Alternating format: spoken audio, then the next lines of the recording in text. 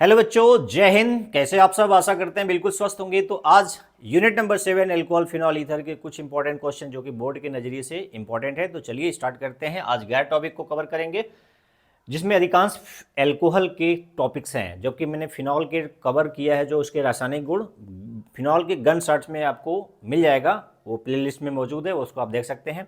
तो ज़्यादातर एल्कोहल के जो इंपॉर्टेंट क्वेश्चन, तो चलिए स्टार्ट करते हैं। कहाँ से? आईयूपीएसी नाम से। तो जो जब मैं 12th स्टैंडर्ड में था तो मुझसे एक आईयूपीएसी क्वेश्चन किया गया था। आईयूपीएसी नाम एल्कोहल का, वो क्या है? पॉलीहाइड्रिक एल्कोहल था वो।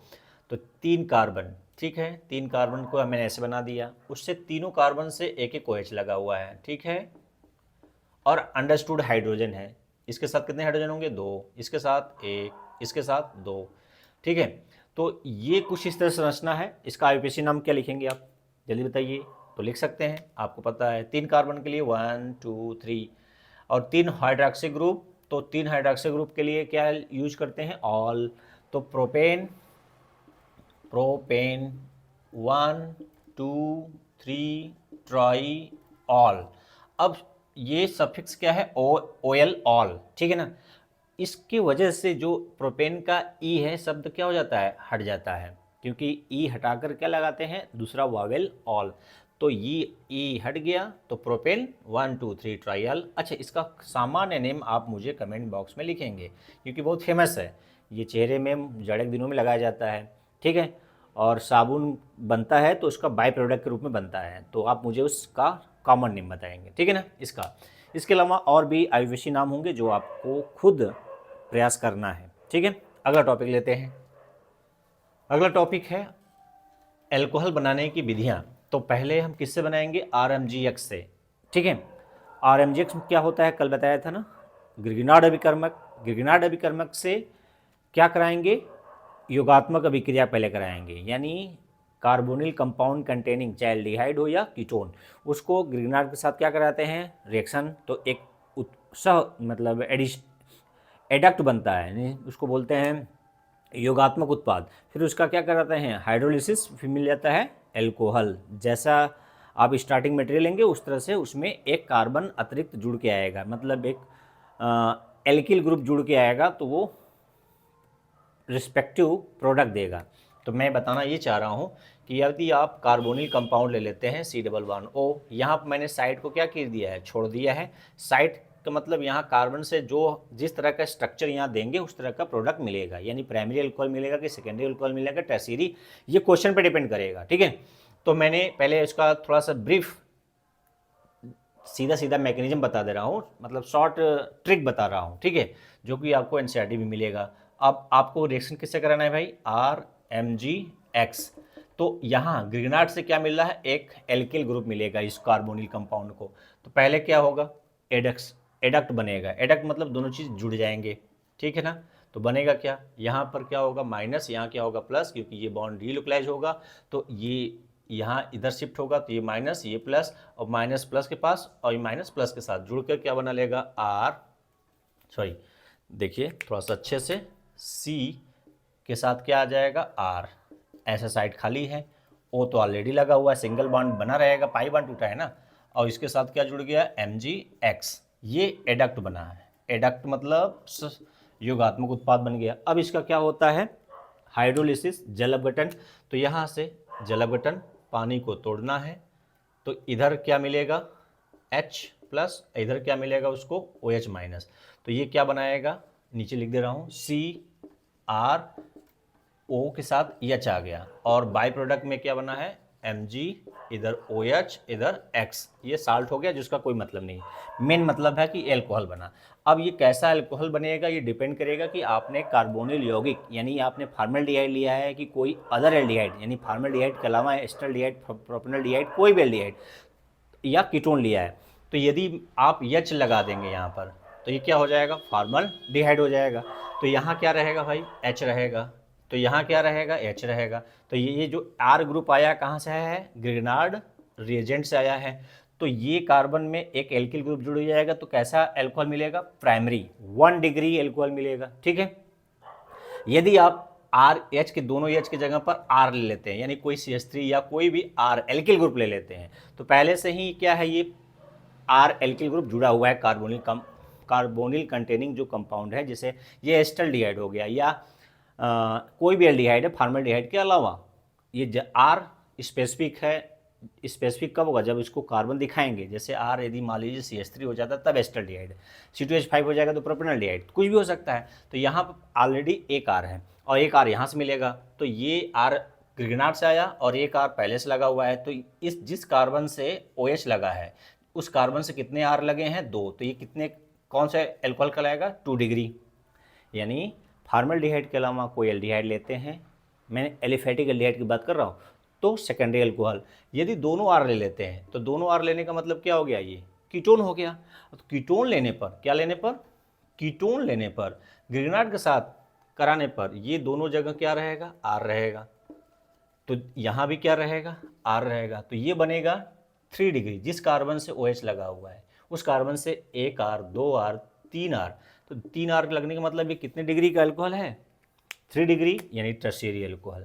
ठीक है ना। इस तरह से आप बता सकते हैं कि आपको यदि सेकेंडरी अल्कोहल बनाना है तो कौन सा एल्डिहाइड लेना है, ऐसे क्वेश्चन पूछ सकता है। इंपॉर्टेंट है, ध्यान दीजिएगा। अगला टॉपिक क्या होगा बनाने की विधि में, hydration of alkyne, hydration of alkene. दूसरी विधि क्या है, C+C। यदि मान लीजिए कोई एल्कीन है, इस पर पानी को क्या करना है, जोड़ना है, किसके प्रेजेंस में, कंसनट्रेट H2SO4 के प्रेजेंस में। ये आप क्या कर देंगे, योगात्मक अभिक्रिया कराएंगे तो डबल बॉन्ड टूटेगा और एक जगह OH और एक जगह H, यानी पानी क्या हो गया, जुड़ गया। तो ये क्या बन गया, एल्कोहल बन गया भाई। अब कैसा अल्कोहल बनेगा, ये डिपेंड करेगा क्या आपने एल्कीन लिया है, ठीक है ना। तो एल्कोहल बनने जाएगा। इसका मैकेनिज्म भी पूछता है, ठीक है ना। तो addition of water in presence of concentrate H2SO4 किस पर, एल्कीन पर। एल्कीन में क्या होता है, सिग्मा पाई, डबल बॉन्ड टूटता है, योगात्मक अभिक्रिया होती है, एल्कोहल बनता है। ठीक है, दूसरी विधि। तीसरी विधि है हाइड्रोबोरेशन ऑक्सीकरण। ये ज़बरदस्त इंपॉर्टेंट रिएक्शन है क्योंकि इससे अधिक मात्रा में एल्कोहल बनता है, इसलिए ये विधि बहुत ही फेमस है। कौन सा, हाइड्रोबोरेशन ऑक्सीडेशन। तो उसमें भी देख लीजिए कि कोई, मान लीजिए आप प्रोपाइन ले लिए, प्रोपीन ले लिए हैं, ठीक है, प्रोपाइन नहीं propene, CH3CH double bond CH2, इसको आप BH3, अच्छा इसको जब डायमेरिक फार्म लिखेंगे तो क्या लिखेंगे, B2H6, और किताबों में कैसे लिखा जा सकता है, BH3। ये तीनों ही तरीका लिखा जा सकता है, B2H6, BH3 डायमर फॉर्म में। तो ये होता है बोरान ट्राइहाइड्राइड, लेकिन वो डायमेरिक हो जाता है तो B2H6 लिख सकते हैं या उसी को 2BH3 लिख सकता है। तो पहले क्या होता है, एक योगात्मक उत्पाद मिलता है, ट्राई प्रोपिल बोरान, B के साथ कितने हैं, CH2 CH3। यहाँ पर देखिए CH2 है तो 3 बार तीन एल्किल मैंने प्रोपिल ग्रुप इसके साथ जुड़े हुए हैं। तो ये H अंडरस्टूड है कि किसके साथ है, ये जो कार्बन है ये बोरान के साथ है, 3 बार है ये, ठीक है ना। जैसे BH हटता जाएगा और प्रोपिल ग्रुप जुड़ता जाएगा। अब इसका क्या किया जाता है, हाइड्रोबोरेशन हो गया। ऑक्सीडेशन किसके प्रेजेंस में, NaOH के प्रेजेंस में हाइड्रोजन परऑक्साइड द्वारा ऑक्सीकरण करने पर क्या मिलता है, एल्कोहल। क्या मिलता है, एल्कोहल, ठीक है। तो ये कौन सा एल्कोहल मिला है, प्रोपेनॉल। कितने मोल मिले हैं, 3 मोल। बाय प्रोडक्ट क्या बनेगा, BOH का होल थ्राइस। इसी को क्या बोलते हैं, बोरिक एसिड। जो कैरम में पाउडर यूज होता है बोरिक एसिड होता है। इसका दूसरे तरीके से कैसे लिखा जा सकता है, H3BO3, ऐसे भी लिखा जा सकता है, लेकिन ऐसे लिखने पर लगता है कि ये बेस है क्योंकि OH का होल थ्राइस है, इसलिए कन्फ्यूजन होता है वहाँ पर भी, ठीक है। तो ये बन गया 3 मोल एक साथ, इसलिए ये अधिक उत्पाद देने की वजह से ये फेमस है कि अधिक से अधिक एल्कोहल बनाने की विधि में कौन सा फेमस है, हाइड्रोबोरेशन ऑक्सीडेशन, ठीक है ना। इसका मैकेनिज्म भी देख लीजिएगा आप।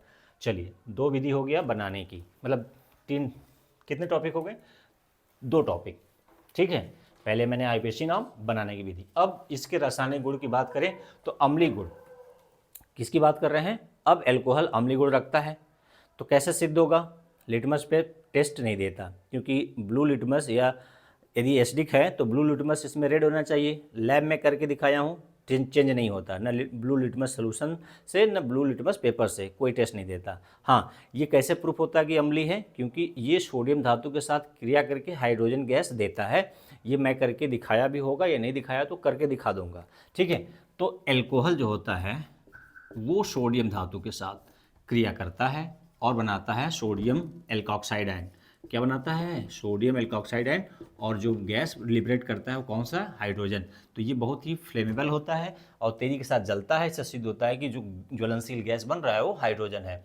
तो ये इसका क्या हो गया, कौन सा गुण? एसिडिक प्रॉपर्टीज को शो कर रहा है, ठीक है ना। हालांकि लिटमस टेस्ट ये नहीं देता, ठीक है।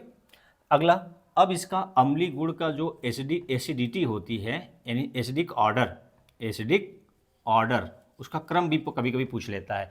मेथिल, प्राइमरी, सेकेंडरी, टर्शियरी, तो उसका क्रम भी याद रखिए आप। तो मेथनॉल से ज़्यादा, मेथनॉल्स क्या है? सबसे ज़्यादा एसिडिक होगा। किससे? एथेनॉल से, CH3CH2OH से।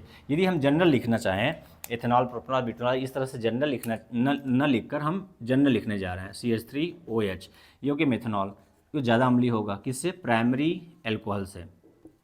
किससे? प्राइमरी एल्कोहल से, ठीक है।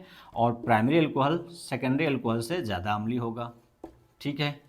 और सेकेंडरी एल्कोहल टर्शियरी एल्कोहल से क्या होगा? ज़्यादा एसिडिक होगा। यानी इस ऑर्डर में एसिडिक ऑर्डर होता है। ये क्या है? Methyl alcohol 1 degree, 2 degree, 3 degree. अब इसका कारण क्या है, क्यों ऐसा है? क्योंकि प्लस आई इफेक्ट पड़ता है। देखिए इसमें प्लस वाई इफेक्ट क्या है, एक बार है, इसमें 2 प्लस आई इफेक्ट, इसमें 3 plus I effect. Plus I effect बढ़ता है तो O और H के बीच बॉन्ड जो होता है वो स्ट्रांग होता जाएगा, यानी जल्दी टूटेगा नहीं, ये स्ट्रांग होता जाएगा। तो ये स्ट्रांग होगा तो H निकलेगा नहीं, H निकलेगा नहीं तो दुर्बल अम्ल होता जाएगा। यानी प्लस आई इफेक्ट बढ़ता है तो अम्लीय गुण यानी एसिडिक कैरेक्टर क्या होता है? एसिडिक कैरेक्टर घटता है। बस इतना याद रख दीजिए, ठीक है। तो ऑर्डर आप नोट कर सकते हैं, ये आपको पता भी है। चलिए अगला, अच्छा बताइएगा, पानी और मेथनॉल में कौन ज़्यादा अम्लीय है? ये क्वेश्चन आपसे मैं पूछ रहा हूँ। पानी H2O और मेथनॉल, एथेनॉल नहीं, CH3OH में कौन ज़्यादा अम्लीय है? कमेंट करके बताइएगा, गूगल करके बताइएगा, ठीक है। पढ़ लीजिएगा, गूगल से खोज लीजिएगा, बताइएगा। चलिए अब इसका रासायनिक गुण में हम बात करते हैं कि एल्कोहल को प्राइमरी है कि सेकेंडरी है कि टर्शियरी कैसे जांचें। उसका अंतर भी आता है कि प्राइमरी, सेकेंडरी, टर्शियरी एल्कोहल को आप लैब में या थ्योरेटिकली कैसे डिस्टिंग्विश अलग करके पहचान करेंगे। तो उसके लिए आपके पास 2 चीज़ें हैं, हालांकि 3 चीज़, विक्टर मेयर टेस्ट है, ल्यूकास रिएजेंट टेस्ट है और कॉपर धातु है। तो हम यहाँ 2 टेस्ट करेंगे, कॉपर धातु वाला और ल्यूकास रिएजेंट वाला। विक्टर मेयर वाला कभी और किसी और जब लंबे वीडियो बनाएंगे उसके लिए डिटेल वाले में। अभी तो हम बोर्ड के नज़रिए से पढ़ रहे हैं। तो चलिए हम इसका प्राइमरी, सेकेंडरी, टर्शियरी का पहचान करने के लिए, तो यदि प्राइमरी एल्कोहल होगा तो कैसे जांच कर देंगे? Lucas reagent. ल्यूकास रिएजेंट क्या होता है भाई? ZnCl2 और कंसनट्रेट HCl का मिश्रण। HCl का मिश्रण क्या होता है? Lucas reagent. कौन सा रिएजेंट? ल्यूकास अभिकर्मक, ठीक है, ल्यूकास। तो इसके साथ इसको हम क्या करते हैं? ट्रीट करते हैं, गर्म करते हैं। यदि कोई अभिक्रिया नहीं होती, कोई अभिक्रिया नहीं मतलब कोई कलर या कोई अवक्षेप या कोई धुंधलापन नहीं बनता, यानी एल्किल हैलाइड नहीं बनता। कब? सामान्य ताप पर कोई अभिक्रिया नहीं, यानी रूम टेम्परेचर पर कोई अभिक्रिया नहीं होगी, तो वो प्राइमरी एल्कोहल का सिग्नल है। यदि सेकेंडरी एल्कोहल है, मान लीजिए इसके जगह पर क्या है? CCC, ये सेकेंडरी एल्कोहल है, ठीक है, ये सेकेंडरी एल्कोहल है। तो जब हम ल्यूकास रिएजेंट के साथ, ल्यूकास रिएजेंट में क्या है? ZnCl2 और HCl, सांद्र HCl है, इसको कहते हैं ल्यूकास अभिकर्मक। तो इसके साथ करते हैं तो चेंज आता है, यानी इसमें OH की जगह क्या आ गया? यहाँ पर Cl आ गया, यानी हैलाइड बन गया। OH रिप्लेस होकर HCl का जो Cl है वो यहाँ पर आ गया और बन गया क्या? ये बन गया 2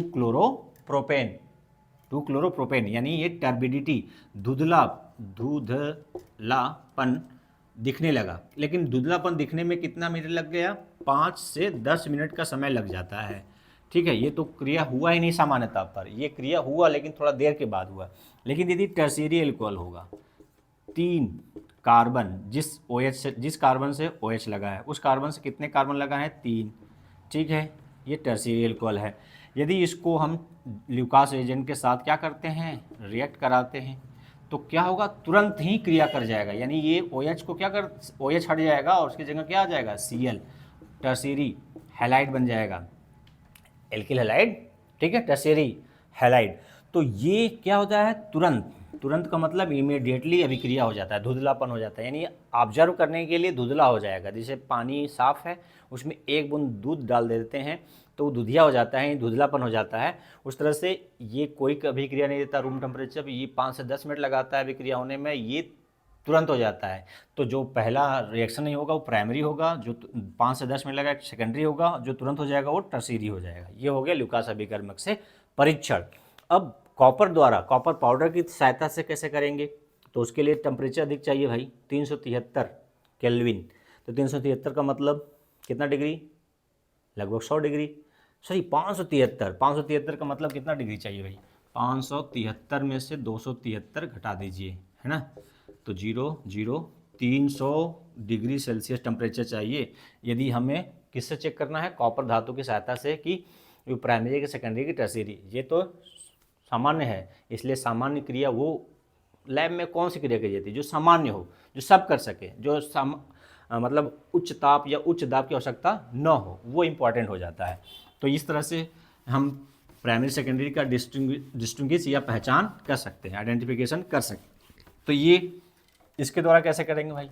अब यदि आप एल्कोहल के वेपर को, ध्यान रखिए, CH3 CH2OH, ये है प्राइमरी। यदि अब इसको क्या करना है, कॉपर धातु पाउडर के साथ, किसके पाउडर के साथ, कॉपर पाउडर के साथ क्या करेंगे, 573 केल्विन पे क्या कर रहे हैं, गर्म कर रहे हैं। तो क्या मिल जाएगा भाई, आपको मिल जाएगा CH3 CHO एस्टल्डिहाइड, क्या मिल जाएगा, एसिटल डिहाइड, एस्टल्डिहाइड मिल गया।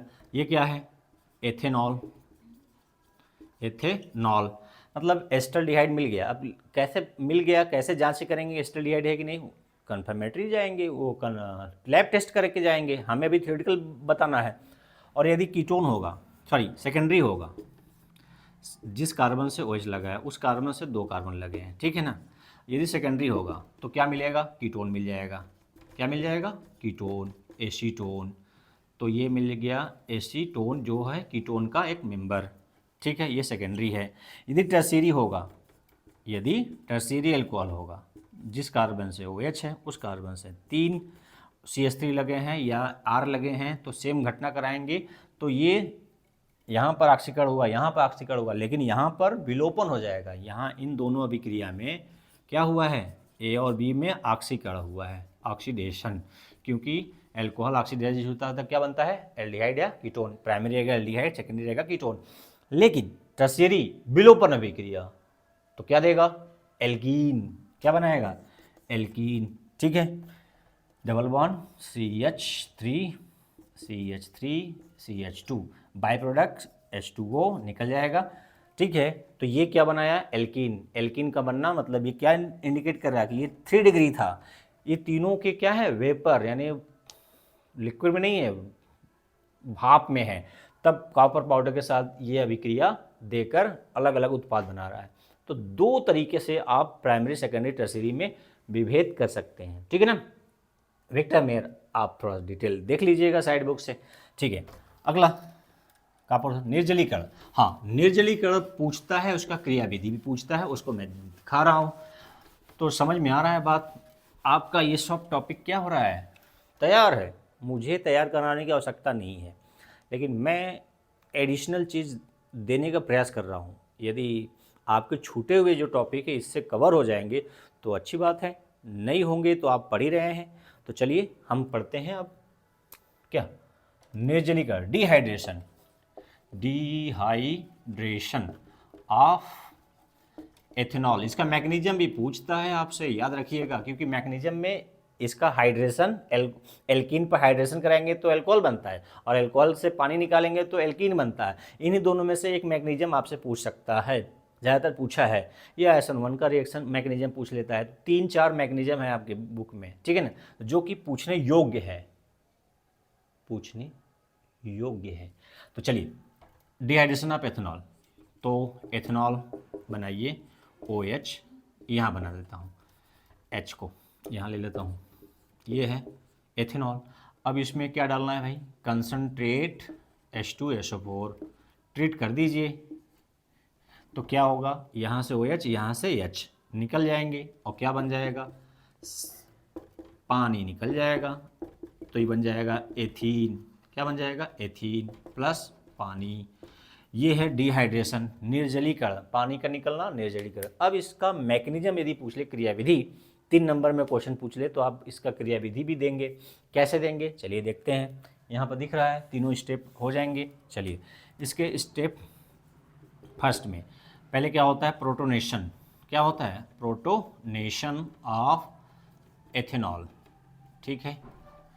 हिंदी में एथिल अल्कोहल का प्रोटोनीकरण, हिंदी में क्या लिखेंगे, प्रोटोनीकरण, ठीक है। कैसे होता है, तो ये CCOH है। अच्छा, मैं H को खा जा रहा हूँ, समझ रहे हैं ना आप, यहाँ H अंडरस्टूड है, यहाँ अंडरस्टूड है, प्लस यहाँ से कहाँ से, H2SO4 से क्या मिल गया, इसको H+ मिल जाता है, और HSO4 माइनस। हालांकि हमें HSO4 के रूप में नहीं दिखाया जाता, H केवल प्लस के रूप में दिखाया जाएगा। तो ये H+ क्या करेगा, OH ले लेगा लोन पेयर देकर, और क्या बन जाएगा, प्रोटोनेटेड एल्कोहल बन जाएगा। O पर क्या आ जाएगा, प्लस चार्ज, प्रोटोनेटेड एल्कोहल, ठीक है ना। H लगाए दूँ, अंडरस्टूड है कि H है। ये क्या बन गया, प्रोटोनेटेड एथेनॉल या एल्कोहल। स्टेप पहला खत्म। स्टेप दो में क्या होता है कि जो प्रोटोनेटेड एल्कोहल हुआ है उसमें से पानी निकल जाए, यानी रिमूवल ऑफ वाटर। कहेंगे सर हिंदी मीडियम के हैं, तो पानी का निकलना लिख दीजिए, जल का निष्कासन हिंदी में लिख देता। मैं हिंदी मीडियम के लिए पढ़ा रहा हूँ, इसलिए मुझे कोई दिक्कत नहीं है, जल का निष्कासन, ठीक है ना। दूसरे स्टेप में जल का निष्कासन कैसे होता है, जो O पर प्लस आ जाए ना, वो अपने आप को क्या करता है, बैलेंस करने के लिए पानी निकाल देता है। तो यहाँ से H2O निकाल दीजिए, ठीक है। अच्छा, ये क्या है, रिवर्सिबल है, ठीक है, ये रिवर्सिबल रहेगा, ये भी रिवर्सिबल रहेगा, पानी निकलना और पानी जुड़ना। तो ये पानी निकलेगा यहाँ से, क्योंकि इस पर O पॉजिटिव चार्ज है, अपने आप को बैलेंस करने के लिए हट जाएगा भाई, हम दूर चले जाएंगे। आप मुझसे एक काम करवा दिए जिस पर भार हो गया है, तो ये बन जाएगा कार्बोकैटायन। अच्छा, कौन सा कार्बोकैटायन बनाएगा, जल्दी बताइए। ये बनाएगा 1 डिग्री कार्बोकैटायन, क्योंकि जिस कार्बन प्लस चार्ज है उसके कार्बन से, उससे कितने कार्बन लगे, 1, तो 1 डिग्री कार्बोकैटायन, और पानी निकल गया। अभी तो पानी निकला हुआ है, लेकिन ये स्टेबल स्पीसीज नहीं बना। तो तीसरा स्टेप में क्या होता है कि इसका H जो बेस बचा है ना, कॉन्जुगेट बेस, वो ले लेगा और डबल बॉन्ड में कन्वर्ट हो जाएगा। तो इसको मैं नीचे दिखाऊं तो दिख रहा है, यस दिख रहा है, तो ठीक है। स्टेप नंबर 3, ये स्टेप ले लीजिए, CCH प्लस है, प्लस, तो ये क्या हुआ, कौन ले रहा है भाई, इसके HSO4 माइनस जो बचा हुआ है, ये क्या करेगा, H को ले लेगा। तो ये जो सिंगल बॉन्ड है इधर कन्वर्ट हो जाएगा डबल बॉन्ड में, ठीक है। तो ये बना लेगा क्या, बना लेगा C डबल बॉन्ड C, मतलब अपने आप को स्टेबलाइज कर लिया डबल बॉन्ड के, और ये H2SO4 बन के बाई प्रोडक्ट के रूप में निकल जाएगा, ठीक है ना। यानी यहाँ कैटलिस्ट के रूप में यूज हुआ है H2SO4। तो क्या बना है, एथेनॉल से एथीन, ये मैकेनिज्म हो गया, एथीन H2SO4 निकल गया, ठीक है। तो मैकेनिज्म ही पूछता है, इसको देख लीजिएगा, एनसीईआरटी में भी अच्छे से दिखाया गया है। तो ये हो गया आपका निर्जलीकरण। आते हैं अब हाइड्रोजन बॉन्ड का भी इंपॉर्टेंस इस चैप्टर में है। क्या इंपॉर्टेंस है, कभी कभी आइसोमेरिज्म और हाइड्रोजन बॉन्ड से भी क्वेश्चन कर लेता है एल्कोहल वाले चैप्टर से। तो जल्दी से पढ़ते हैं। देखिए, एथेनॉल जो होता है वो जल में घुलनशील है, लगभग ऑल प्रोपोर्शन। क्यों, जल में क्या है, घुलनशील है। क्यों है, तो आप आंसर क्या लिखेंगे, हाइड्रोजन बॉन्ड के कारण, ठीक है। एक आंसर मिल सकता है, मतलब इस तरह से क्वेश्चन आ सकता है। दूसरा कि एथेनॉल का जो क्वथनांक है बॉइलिंग पॉइंट, इसके समतुल्य अणुभार, जैसे CH3O CH3, इसका भी अणुभार कितना है 46, इसका भी अणुभार 46, यानी ये ईथर है। क्या है? Ether, dimethyl ether. ये क्या है? एथेनॉल। दोनों का अणुभार समान है। इसका बॉइलिंग पॉइंट इसके बॉइलिंग पॉइंट से अधिक क्यों है? इसका अधिक है, इसका कम है इसकी तुलना में, यानी इसका बॉइलिंग पॉइंट अधिक है किसके? ईथर के बॉइलिंग पॉइंट से। मैं पूरा नहीं लिख पा रहा हूँ, लेकिन बता रहा हूँ कि इसका एथेनॉल का बॉइलिंग पॉइंट ईथर के बॉइलिंग पॉइंट से अधिक क्यों होता है, ये क्वेश्चन कर सकता है। या हाइड्रोकार्बन बता दें CH3 CH2 CH3, या हेलो एल्केन बता दें CH3 CH2, ठीक है, क्लोरीन यह है। तो इन तीनों चीज़ से 1 2 3 तीनों चीज़ से लगभग समतुल्य अणुभार वाले समतुल्य अणुभार वाले हाइड्रोकार्बन, हेलोएल्केन, ईथर की तुलना में अल्कोहल का क्वथनांक ज़्यादा होता है। क्यों? तो आप लिखेंगे हाइड्रोजन बॉन्ड बनाता है अल्कोहल, इसलिए कौन सा हाइड्रोजन बॉन्ड? इंटरमॉलिक्यूलर, यानी अंतर आणविक हाइड्रोजन आबंध बनाने का इसका क्वथनांक ज़्यादा होता है इन तीनों की तुलना में। तीनों में मतलब ईथर, हाइड्रोकार्बन और हेलोएल्केन, ठीक है ना। 2 क्वेश्चन हाइड्रोजन बॉन्ड से भी बनता है। समझ में आ रहा है बात? नहीं आ रहा है? अरे आ जाएगा, थोड़ा सा ध्यान से देखिए। चलिए, ये हो गया भाई हाइड्रोजन बॉन्ड से संबंधित। अगला है एस्टरीकरण। तो ये सिद्ध करता है क्या? एस्टरीकरण कि जो H निकलता है कहाँ से निकलता है? अल्कोहल से निकलता है। एस्टरीकरण बहुत फेमस है, ये आपको सबको आता होगा, फिर भी मैं एक बार रिवाइज कर दे रहा हूँ। RC डबल बॉन्ड OH, ये कार्बोक्सिलिक ग्रुप है, और ये है OH, ये है अल्कोहल। कंसंट्रेट H2SO4 की उपस्थिति में पानी निकलता है। इसका H, इसका ध्यान दीजिएगा, ये सिद्ध हुआ है, इसका OH और इसका H निकलकर किस रूप में जाता है? पानी के रूप में। ये रिवर्सिबल रिएक्शन होता है, तो क्या बनेगा? RC डबल बॉन्ड O, बचा है OR, ये बना है एस्टर, और बाय प्रोडक्ट पानी। तो ये एस्टरीकरण कहलाता है। इससे सिद्ध होता है कि अल्कोहल का H बॉन्ड ही निकलता है। ये प्रमाणितकरण हो गया है। कौन सा? आइसोटोप, ऑक्सीजन के आइसोटोप द्वारा प्रयोग करके ये सिद्ध हुआ है, ठीक है ना। डिटेल में नहीं जाते, इतना बताते हैं, ठीक है। तो एस्टरीकरण हो जाएगा। अगला है अल्कोहल का और क्या टॉपिक बच सकता है, पूछा जा सकता है। एस्टरीकरण हो गया, ठीक है। ऑक्सीडेशन पूछेगा तो बता ही दिया गया कि ऑक्सीडेशन किसका ऑक्सीडेशन हो रहा है? प्राइमरी अल्कोहल का ऑक्सीडेशन हो रहा है कि सेकेंडरी का हो रहा है कि टर्सरी का हो रहा है? टर्सरी का ऑक्सीडेशन होता नहीं है, कॉपर द्वारा देखे हैं आप। तो अल्कोहल के ये पॉइंट हुए। और जो टॉपिक मुझसे अल्कोहल का छूटा होगा, आप थोड़ा जरा नहीं, पूरा अल्कोहल पढ़ लीजिएगा। जो इम्पोर्टेंट मुझे लगा मेरे नज़रिए से, और वो भी एग्ज़ाम के पॉइंट ऑफ व्यू से, मैंने एक्सप्लेन अल्कोहल किया। अब फिनॉल बनाने की विधि, जो मैं फिनॉल के गन शार्ट में नहीं बनाया था, वो केवल क्रिया विधि बनाया था। शायद मुझे याद आ रहा है कि मैं गन शार्ट में फिनॉल के रासायनिक गुण को एक्सप्लेन किया था। तो यहाँ बनाने की विधि और एक विलियमसन संश्लेषण जो ईथर से क्वेश्चन करता है, उसको भी देख लेते हैं। तो चलिए, फिनॉल बनाने की विधि। फिनॉल बनाने की विधि ये सबसे ज़्यादा बार पूछा गया है। किससे? क्यूमीन द्वारा बहुत बार ही पूछा गया है, हर बार। क्यों पूछा जाता है भाई? ऐसा क्वेश्चन क्यों पूछा जाता है? क्योंकि उससे ज़्यादा मात्रा बनता है, सस्ता और अच्छा जब प्रोडक्ट बनता है तो वो विधि बहुत महत्वपूर्ण हो जाती है। तो क्यूमीन क्या होती है? तो क्यूमीन बेंजीन में एक तरफ क्या है?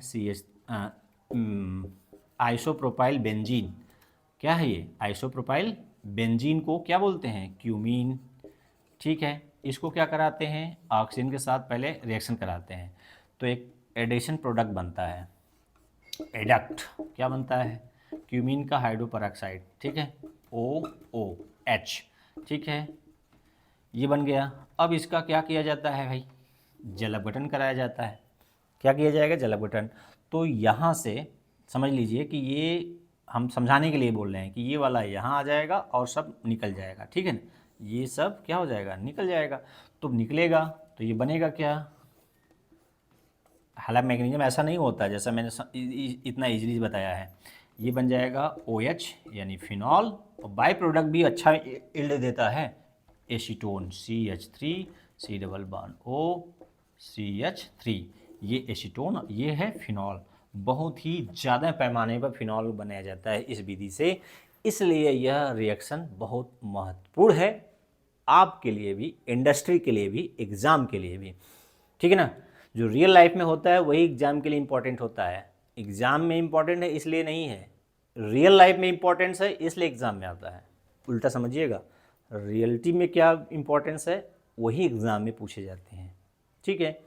तो क्यूमीन विधि द्वारा हो गया। इसके अलावा डायजोनियम लवण से पानी से क्रिया करा दिए, और सल्फोनिक एसिड से, और क्लोरोबेंजीन से। 3 विधि और है, लेकिन सबसे ज़्यादा कौन पूछा गया इसको। तो दूसरा विधि भी कभी कभी पूछ लेता है क्लोरोबेंजीन से उच्च ताप उच्च दाब पर, ठीक है ना। दूसरा विधि क्या कौन से है, क्लोरोबेंजीन से।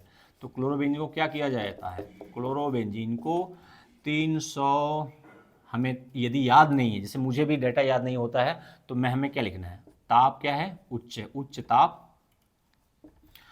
हाई प्रेशर लिखिए, हाई टेम्परेचर, हिंदी में लिखिए चाहे इंग्लिश में, उच्च ताप या उच्च दाब, ठीक है। इसको कराना किससे क्रिया है, NaOH से क्रिया कराना है, ठीक है ना। तो यहाँ से Cl हटना मुश्किल होता है, नहीं तभी तो उच्च ताप दिया गया है और उच्च दाब दिया गया है। तो ये न्यूक्लियोफिलिक सब्स्टिट्यूशन है। कैसा सब्स्टिट्यूशन है, न्यूक्लियोफिलिक। और एरोमेटिक सिस्टम में न्यूक्लियोफिलिक सब्स्टिट्यूशन क्या है, बहुत ही कठिन काम होता है, इसलिए ये फिनॉल इस विधि से बनाना बहुत ही कठिन है। जब कठिन है तो क्यों बनाया जाएगा भाई इससे, सीधी बात है ना। इससे क्या है, बहुत ज़्यादा मात्रा में बनता है, आसान है। तो ये क्लोरोबेंजीन से फिनॉल बनाया जा सकता है। एक तीसरा विधि क्या है, डायजोनियम लवण से। उसको डायजोनियम लवण भी रखना मुश्किल काम है बनाकर, क्योंकि वो ताज़ा बनाया जाता है। N2 प्लस X माइनस, यहाँ क्लोरीन ले लीजिए, डायजोनियम क्लोरोबेंजीन। इसको क्या कर दीजिए, पानी के साथ गर्म कर दीजिए, क्या बन जाएगा, फिनॉल बन जाएगा, ठीक है। तो ये दूसरी विधि आसान है, लेकिन डायजोनियम लवण को रखना स्थिर क्या है, कठिन है। तो डायजोनियम साल्ट से पानी गर्म करके बॉयल करा दीजिए, क्या बन जाएगा, फिनॉल। 2-3 विधि होगी। और तीसरा है बेंजीन सल्फोनिक एसिड, किससे, बेंजीन सल्फोनिक एसिड यानी SO3H।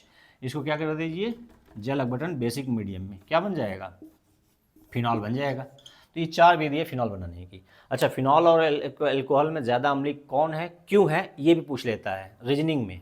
तो क्यों है भाई, तो आप उसका आंसर बहुत बार क्वार्टरली हाफ ईयरली में दिए हैं प्री बोर्ड में, जानते हैं ना।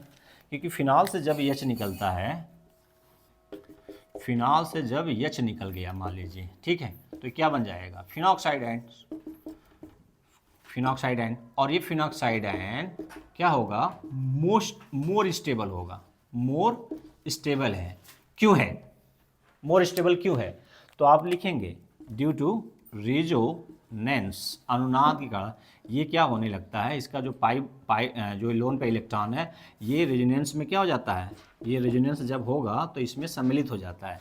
सम्मिलित होगा तो रेजोनेटिंग स्ट्रक्चर बनेगा, रेजोनेटिंग स्ट्रक्चर जितना ज़्यादा बनेगा वो स्ट्रक्चर, वो स्पीसीज ज़्यादा स्टेबल होता है। तो आप क्या क्या लिखेंगे, अनुनाद के कारण। वैसे एक लाइन यदि छोटा 1 नंबर में, अनुनाद के कारण फिनॉक्साइड आयन, अनुनाद के कारण फिनॉक्साइड आयन मोर स्टेबल। जबकि इथेनॉल से H निकलेगा, H+ निकलेगा, तो ये क्या बनाएगा, एथॉक्साइड आयन, एथॉक्साइड आयन। और एथॉक्साइड आयन क्या है, स्टेबल नहीं हो पाता है, ये क्या है, लेस स्टेबल है, लेस स्टेबल। बस इतना आंसर लिख दीजिए आप 1 नंबर या 2 नंबर में, क्योंकि इसमें रेजोनेंस नहीं होगा, इसमें प्लस इफेक्ट से इसको क्या होगा, डिस्टेबलाइज करेगा। तो आप लिख सकते हैं कि phenoxide ion more stable due to resonance, और एथॉक्साइड आयन जो बनेगा वो लेस स्टेबल या कम स्थायी है, इसलिए फिनॉल एल्थेनॉल की तुलना में ज़्यादा अम्लीय है, ठीक है ना। पानी की तुलना में पूछे तो भी फिनॉल ज़्यादा अम्लीय है, ठीक है। आगे विलियमसन संश्लेषण, ये भी एक क्वेश्चन ईथर से पूछ लेता है, ज़्यादातर क्वेश्चन विलियमसन संश्लेषण पूछता है ईथर का पार्ट से, ठीक है। तो ईथर में कौन सा पूछेगा क्वेश्चन, विलियमसन संश्लेषण क्या बनाने के लिए होता है ये यूज, ईथर बनाने के लिए। तो किससे बनाया जाता है, RX को किसके साथ, sodium alkoxide ion, sodium alkoxide के साथ RX का, एल्की हैलाइड को सोडियम एल्कोक्साइड के साथ क्या करा देते हैं, क्रिया करा देते हैं। तो ये Na और यहाँ का सोडियम क्या हो जाता है, निकल आएगा ROR, ये पहचान के लिए डैश लगा दीजिए, डैश, तो ये क्या बन गया, ईथर। अच्छा, ये विधि किसके लिए उपयोगिता है, दोनों सिमेट्रिक और एसिमेट्रिक, सममित और असममित दोनों प्रकार के ईथर के लिए उपयोगी है। इसलिए यहाँ कुछ कंडीशन होंगे, ये टर्शियरी होगा कि ये टर्शियरी होगा, दोनों टर्शियरी एक होना चाहिए, दोनों टर्शियरी हो जाएगा तो नहीं बनेगा। अब आपको पढ़ना है कि कौन सा टर्शियरी रहेगा तो ईथर बनेगा और कौन टर्शियरी रहेगा तो नहीं बनेगा। तो ये आप थोड़ा सा जाकर डिटेल में पढ़िएगा, ठीक है, रीजनिंग है यहाँ पर। तो मैं इतने बताऊँगा कि विलियमसन संश्लेषण से ईथर बनाए जाते हैं, वो भी सममित और असममित। तो आर की जगह यदि मान लीजिए CH3 है, यहाँ पर Br है, NaO, यहाँ पर मान लीजिए CH3 CH2 CH3 कर लीजिए। इधर क्या है, एथिल है, इधर क्या है, मेथिल है। तो विलियमसन संश्लेषण कराएंगे तो प्रोडक्ट क्या बनेगा, CH3O CH2 और CH3। तो इधर 2 है, इधर 1 है, तो ये सममित है कि असममित है, असममित है, क्योंकि इधर ऑक्सीजन से इधर 2 कार्बन है। इसका नाम क्या होगा, इसका नाम हो जाएगा मेथॉक्सी इथेन, क्योंकि जो कम कार्बन रहेंगे वो उसमें ऑक्सी लग जाएगा और जो मेन लंबा चेन रहेगा हाइड्रोकार्बन उसमें एल्केन होगा, ठीक है। और इसका कॉमन नेम क्या है, methyl ethyl ether, methyl ethyl ether. तो इस तरह से विलियमसन संश्लेषण से क्वेश्चन आएगा। और इसका हाइड्रोजन बॉन्ड वाला संबंध जो मैं एल्कोहल और इसका समयावता भी पूछता है, और हाइड्रोजन बॉन्ड का उसका क्वथनांक भी अधिक होता है एल्कोहल का। ईथर की तुलना में एल्कोहल के क्वथनांक समतुल्य अणुभार वाले की बात होती है, अधिक होता है हाइड्रोजन बॉन्ड के कारण। और ईथर और एल्कोहल कौन सा समयावता प्रदर्शित करते हैं, क्रियात्मक, है ना, याद है ना, नहीं याद है तो आप देख लीजिएगा, देख लीजिए यहाँ पर CH3 CH2OH, केमिकल फार्मूला क्या है, शॉर्टकट लिखेंगे C2H5 C2H5, यस डायरेक्ट लिख दीजिए C2H6O, और ईथर के लिखिए CH3O CH3, इसका शॉर्टकट लिखेंगे। दोनों का केमिकल फार्मूला क्या है, समान है, समान है ना, लेकिन अंतर क्या है, इसमें क्रियात्मक समूह क्या है, एल्कोहल, इसमें क्रियात्मक समूह क्या है, क्रियात्मक समूह ईथर। तो दोनों आपस में क्या प्रदर्शित करते हैं, रासायनिक सूत्र समान है, लेकिन गुण रासायनिक गुण अलग है। क्यों है, क्रियात्मक समूह अलग होने का। तो ये क्रियात्मक समयावता प्रदर्शित करते हैं, ईथर और एल्कोहल 1 नंबर में पूछा है। चलिए अब इसकी उपयोगिता की बात करते हैं। 11वां टॉपिक क्या है, उपयोगिता। तो एल्कोहल का यूज क्या है भाई, एल्कोहल का यूज एक विलायक के रूप में, पहला, आजकल पेट्रोल में ये मिलाकर बेचा जाता है, पावर एल्कोहल के नाम से जाना जाता है, इससे माइलेज बढ़ जाता है। ईंधन के रूप में, ठीक है, विलायक के रूप में, पेंट इंडस्ट्री में, तो जो वुड स्प्रिट होता है वो मेथनॉल होता है, ठीक है ना, वुड स्प्रिट मेथनॉल होता है। स्प्रिट लैम्प में पहले क्या यूज होता था, एथिल एल्कोहल, ठीक है। और मेडिसिन जैसे होम्योपैथिक की दवाओं में एथेनॉल या एथिल एल्कोहल या एल्कोहल का यूज होता है, ठीक है ना, दवा को डिजॉल्व करने के लिए। अभी कोरोना काल में सैनिटाइजर के रूप में क्या यूज हो रहा था, प्रोपिल एल्कोहल। तो ये सब क्या है, इसकी उपयोगिता है, ठीक है। और ग्लिसरीन तो जान ही रहे हैं, सबसे ज़्यादा यूज होता है ना इंडस्ट्री में, अपने कॉस्मेटिक में। तो इस तरह से इसकी उपयोगिता है। फिनॉल का यूज एंटी डिसइंफेक्टेंट के रूप में, इसका एक निश्चित परसेंट, कितना परसेंटेज आप मुझे कमेंट बॉक्स में लिखेंगे कि फिनॉल का कितना परसेंटेज डिसइंफेक्टेंट के रूप में यूज होता है। तो फिनॉल का भी यूज है। और ईथर का क्या यूज है, ईथर का क्या यूज है, ये सुगंधित पदार्थ बनाने में यूज होता है, ठीक है ना। पहले इसका शायद क्या, छोड़ दीजिए, आप अपने से पढ़ लीजिए, मैं शायद वाला में नहीं जाऊँगा। तो आज के लिए इतना ही। वीडियो कैसा लगा, यदि अच्छा लगा तो अपने दोस्तों में भी सर्कुलेट कर दीजिए, और अच्छा लगा तो सब्सक्राइब कर लीजिए, ठीक है। तो आज के लिए इतना ही, फिर कल मिलते हैं, किसके साथ, एल्डिहाइड कीटोन और कार्बोक्सिलिक एसिड, ठीक है। यदि कुछ लिखने में कहीं मिस्टेक होगा तो उसमें आप अपने तरफ से सुधार कर लीजिएगा, जल्दी में हड़बड़ी में गड़बड़ी हो जाता है, ठीक है ना। तो आज के लिए इतना ही। जय हिंद, जय भारत।